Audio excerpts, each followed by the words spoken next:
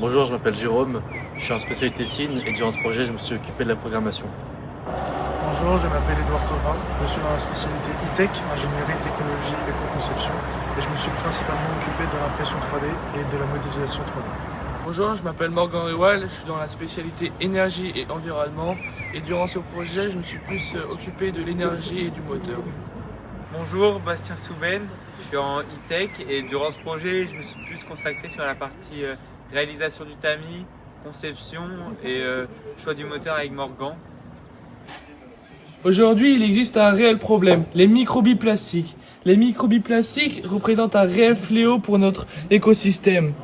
Nous pouvons le voir grâce à ces articles qui témoignent de la pollution des plages. Qui sont ces microbilles plastiques, plus connus sous le nom de GPI, granulés plastiques industriels, avec une taille de 2 à 5 mm, composés de polymères et d'additifs chimiques. Les microbilles plastiques sont perdues au cours de la chaîne de production, notamment de la perte lors du transport ou du stockage. Ces microbilles plastiques représentent un réel fléau puisqu'elles peuvent être intégrées par les animaux marins, ce qui menace la faune et l'environnement, mais également notre santé humaine puisque nous pouvons les intégrer. Au tout début du projet, on s'était demandé comment on allait enlever les billes plastiques du sable. Alors on s'est concerté, on a eu l'idée du tamis rotatif. Donc notre tamis aura deux filtres, un filtre qui sera composé de trous de 2 mm pour laisser passer le sable et un trou de 5 mm pour laisser passer les billes plastiques. Le sable et les billes plastiques seront transmis dans leurs bacs respectifs. Donc il y aura un premier compartiment où on ajoutera le sable avec les microbilles plastiques avec des pelles. Ensuite, il y aura une inclinaison du tamis pour faire glisser le sable et les microbilles plastiques pour qu'ils arrivent dans les différents compartiments. Nous pouvons le voir que ce sera un tamis automatisé avec un moteur. Donc voici la structure globale de notre projet. Donc on l'a mis sur SolidWorks pour avoir une vue d'ensemble. Donc ici, nous pouvons voir le support qui est déjà fourni, et là nous avons le trommel qui va tourner, c'est ce qu'on va concevoir. Avec 2 roulements à billes de chaque côté. Et on l'a fini, et il est juste derrière, avec ici les 2 roulements, le tube qui va être inséré ici, et la structure. Donc pour ce projet, nous avons utilisé et choisi différents composants. Donc nous avons notre bouton poussoir qui va servir de bouton d'arrêt d'urgence, notre capteur de force, un capteur d'humidité, un écran LED. Et malheureusement, j'aurais aimé avoir un autre composant pour pouvoir piloter le robot grâce à la carte Arduino, sauf que le composant n'est jamais arrivé. Donc sur l'écran LED, nous avons différentes informations pour le capteur de force et d'humidité. Donc il va donner une force en kilogrammes et une humidité en pourcentage. Donc l'humidité en pourcentage va nous permettre de déterminer la vitesse à laquelle on va faire tourner le tamis.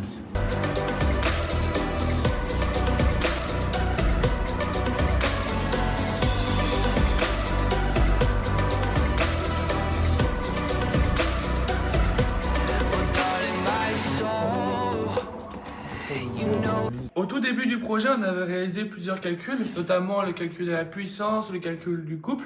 Donc il fallait que notre moteur puisse avoir une puissance de 180 watts et d'un couple de plus de 58 Nm.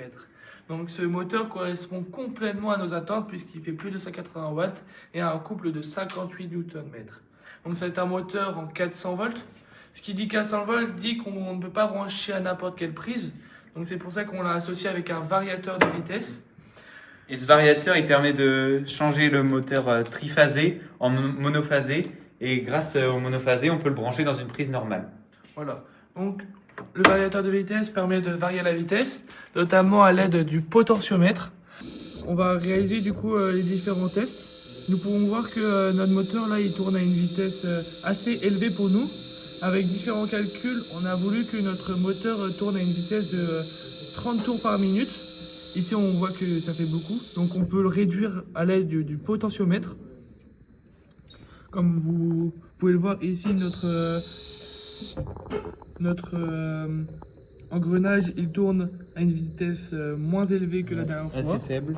Ici, nous pouvons voir le changement de sens, comme ceci. En mettant un LI2. LI2.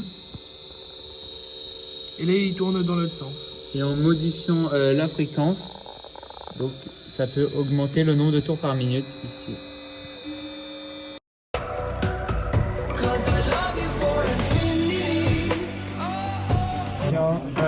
Moi qui est spécialisé du coup dans la partie e-tech, j'ai pu travailler sur différentes pièces à modéliser sur SolidWorks.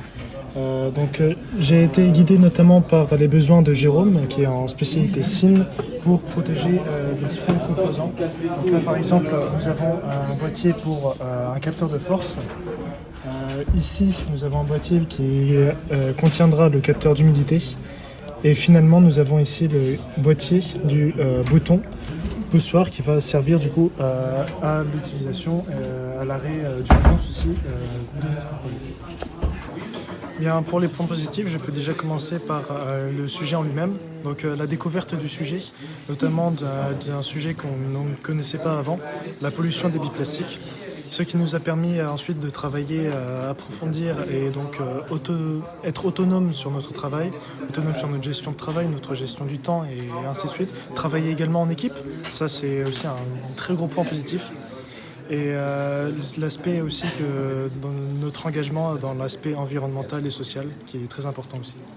Et aussi, je pense qu'on pourrait rajouter aussi le temps, 72 heures, donc on avait vraiment le temps de tout faire et réaliser l'intégralité du projet. Malheureusement, on n'avait pu recevoir notre relais pour pouvoir piloter le moteur grâce à la carte Arduino. Et en plus, Michel n'a pas pu assembler à temps le projet pour finir le prototype. Durant notre projet, nous avons appris énormément de choses, notamment la gestion d'un projet, le travail en équipe, de l'écoute entre tout le monde, mais aussi de l'initiative, de l'autonomie, puisque nous avons appris que l'autonomie est très, très importante pour réussir un projet de 70 heures. One is the loneliest number that you'll ever do.